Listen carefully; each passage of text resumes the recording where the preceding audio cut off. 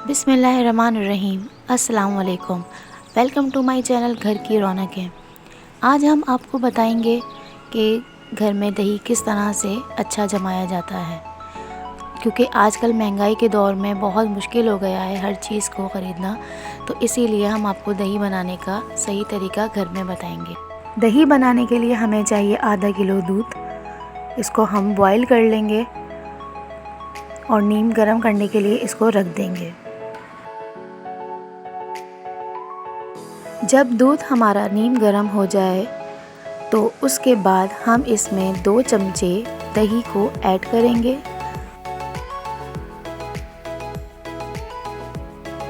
अब इसके बाद हम इस दही जमाने के लिए 2 से 3 घंटे के लिए गर्म जगह पर रख देंगे। 2 से 3 घंटे के बाद जब हम देखेंगे तो हमारा दही तैयार होगा और इसको हम पहले चेक करेंगे कि हमारा दही जमा है या नहीं।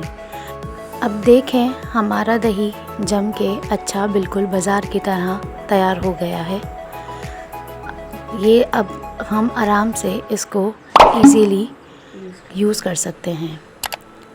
अगर आपको हमारी ये वीडियो पसंद आई है तो आप ये ज़रूर ट्राई करें और हमें अपने कमेंट्स में बताएं कि आपको ये हमारी रेसिपी दही बनाने की कैसी लगी।